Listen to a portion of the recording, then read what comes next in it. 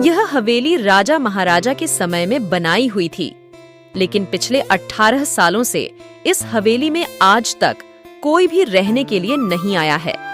इच्छा होने पर भी इस हवेली में कोई भी नहीं रह पा रहा था, क्योंकि लोगों का कहना थी कि इस हवेली में भूत प्रेत का साया है। जब अजीत सिंह को इस हवेली के बारे में पता चला तो उसने तय किया कि वो इस रहस्य को जानकर ही रहेगा, क्यों लोग इस हवेली में नहीं रह पा रहे हैं। उसने मजबूत इच्छा शक्ति से हवेली में रहने की पूरी तैयारी कर ली। जब उसने हवेली के अंदर जाने के लिए पैर आगे बढ़ाए तो दरवाजे पे किसी अनजान व्यक्ति ने उसे रोक लिया और नजदीक जाके बोले, कौन हो आप और किधर जा रहे हो? अजित सिंह ने जवाब देने के बजाय उसने सामने सवाल किया, जी आप कौन? मेरा नाम अर्जुन सिंह है और मैं यही पास में ही रहता हूँ। अजित सिंह ने कहा, ओह अच्छा, मैंने सुना है कि यह एक भूतिया हवेली है और यहाँ कोई नहीं आ पाता है, इसलिए मैं इस हवेली में एक दिन रुकने का फैसला किया है। अर्जुन सिंह ने कहा, जी हाँ, आपने सही सुना है और आप भी अंदर मत जाइए, मेरी माने तो आप भी वापस लौट जाइए, यहाँ बहुत खतरा है। ये सुनकर अजीत सिंह खुश हो गया, जैसे उन्हें कोई लॉटरी लग गई हो। अर्जुन ने उसकी खुशी को देखकर बोला, आप क्यों खुश हो रहे हो? आपको तो भूत का नाम सुनकर डर लगना चाहिए। शायद आपको पता नहीं होगा कि मैं भूत प्रेत में काफी दिलचस्पी रखता हूँ। अगर इस हवेली में भूत है तो मैं अंदर जरूर जाऊंगा और सारी सच्चाई का पता भी लगाऊंगा। इतना कहकर अजीत सिंह उस हवेली में चले गए। अंदर जाके अजित ने अपनी बैग को साइड में रखा और हवेली के चारों ओर देखने लगा। सारे रूम भी चेक कर लिए। बाद में ड्राइंग रूम में आके सोफे पर बैठ गया। उसने वहां बैठकर दारू के 2-4 पैग भी पिए।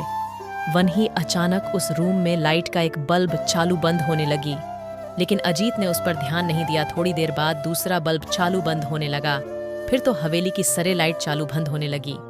ये सब देखकर अजीत अपनी जगह पे खड़ा हो गया और संपूर्ण सावचेत हो गया। अचानक उसके सामने एक छोटा टेबल हवा में उड़ने लगा, करीबन 6 फुट हवा में ऊपर जाके गोल गोल घूमने लगा और बाद में अजीत की ओर तेजी से आने लगा। अजित ने तुरंत ही अपनी जगह बदल दी और दूसरी ओर चला गया और वो टेबल वहीं जाके गिरा जहां अजित खड़ा था। अजीत कुछ समझ पाता उतने में सोफे की शीट उसकी ओर आने लगी। वो जल्द खड़ा हो गया और छलांग लगा के दूसरी ओर कूद गया, जिसके कारण सोफा दीवार को टकराया और अजीत बच गया। अचानक सब कुछ शांत हो गया। अजित ने चारों ओर सतर्कता से देखा और बड़ी आवाज में बोला, तुम जो भी हो सामने आकर के बात करो। वहीं एक बड़ी परछाई उसके सामने आई। अजित ने उस परछाई को देखकर बोला, कौन हो तुम और क्यों मुझे मारना चाहते हो? परछाई, तुम्हारी भूल के कारण अजित। मेरी भूल? मैंने कौन सी भूल की? परछाई, इस हवेली में आने की भूल। मैं किसी को भी इस हवेली में खुश नहीं देख सकता। अजित, लेकिन क्यों? वो परछाई ने जवाब दिया, आज से 18 साल पहले इस हवेली के मालिक ने मुझे यहीं पे ही मार डाला था। मेरी कोई गलती भी नहीं थी। इस कारण की वजह से मेरी आत्मा इस हवेली में भटकती रहती है। मैं किसी को भी इस हवेली में नहीं रहने दूंगा, क्योंकि इस हवेली में मेरा खून हुआ था। इस हवेली में जो भी रहने के लिए आएगा उसकी मौत होगी। अजित ने कहा, मैं तुम्हें अपने असली रूप में देखना चाहता हूं। तुम्हें मारने से पहले मैं तेरी यह इच्छा अवश्य पूरी करूंगा। और उस परछाई ने एक भयानक दरमियाना रूप ले लिया। उसका चेहरा इतना भयानक था कि अजीत भी एक क्षण के लिए डर गया था, लेकिन तीसरी ही क्षण में उसने अपने आप पर काबू पा लिया। बाद में इसने अपनी जेब में से सफेद पाउडर निकाला और उस भूत के पर फेंक दिया। भूत के पर पाउडर पड़ते ही वो जलने लग गया। बड़ी बड़ी ज्वालाएं उठने लगी। भूत के पर पाउडर पड़ते ही वो जलने लग गया। बड़ी बड़ी ज्वालाएं उठने लगी।